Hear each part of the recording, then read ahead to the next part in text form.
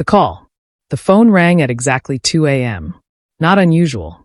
Not for me. The board secretary's voice came through, smooth, detached, professional. Effective immediately, you're relieved of your duties. Your office will be cleared by morning. Silence stretched between us. I could hear her breathing, waiting for me to beg, panic, or break. Instead, I smiled into the darkness of my half-empty apartment.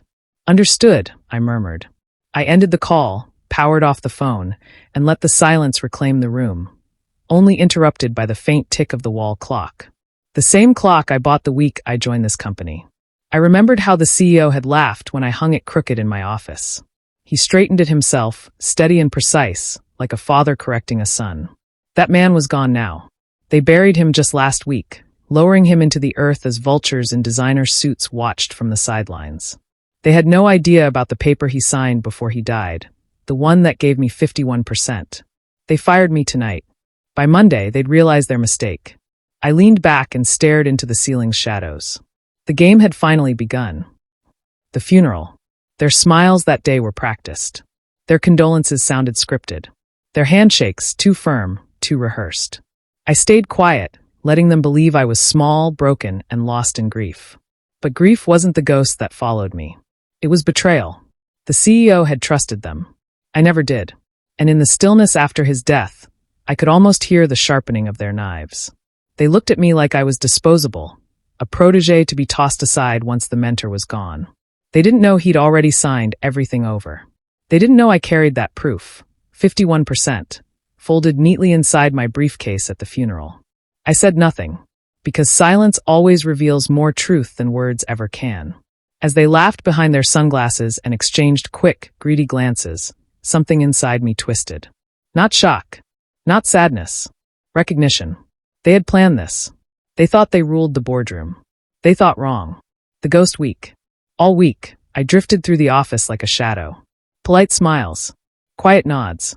Taking notes they assumed I'd never use. I studied them, their lies, their shifting eyes, their nervous tones when numbers didn't align. Piece by piece, I gathered evidence. Financial irregularities. Secret meetings logged by a too diligent receptionist. Phone calls made from the CEO's line, after his death. They thought I was distracted by grief. I let them. Meanwhile, I traced every thread of their deception. Each missing dollar, every forged signature. By Friday, the puzzle was complete. A coup, disguised as routine governance. I held the truth close, like a hidden blade beneath a tailored suit. So when the termination letter arrived, effective immediately, I didn't flinch. I packed nothing.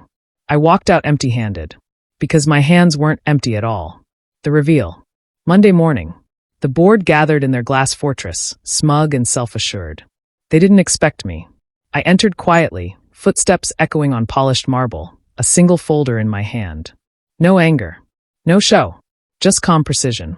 This meeting is private, one snapped, irritation cracking through his confidence. I know, I replied, setting the folder on the table. Inside the document. The CEO's final signature. 51%. Handed to me 1 week before his heart gave out. His last act of faith. The room froze.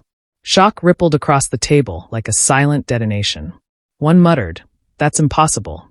Another leaned in, pale and trembling, as if proximity could rewrite the ink. I said nothing. I didn't have to.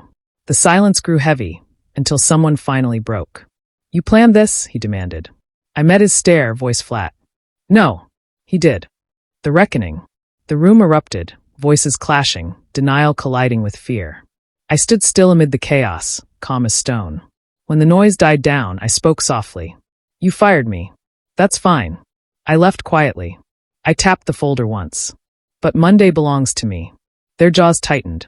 They wanted to argue, but the ink was undeniable. I slid the folder back into my briefcase, deliberate and unhurried. "Your signatures," I said, "are all over the fraud. Every stolen dollar. Every forged approval. I didn't bring it up before. I wanted to see who'd hang themselves first." One cursed under his breath. Another buried his face in his hands. I turned toward the door, steady and silent. Before leaving, I paused once. "You wanted me gone. Now it's your turn to pack." The end. The elevator doors closed behind me, sealing their chaos away. I didn't smile. I didn't celebrate. Revenge wasn't joy. It was balance.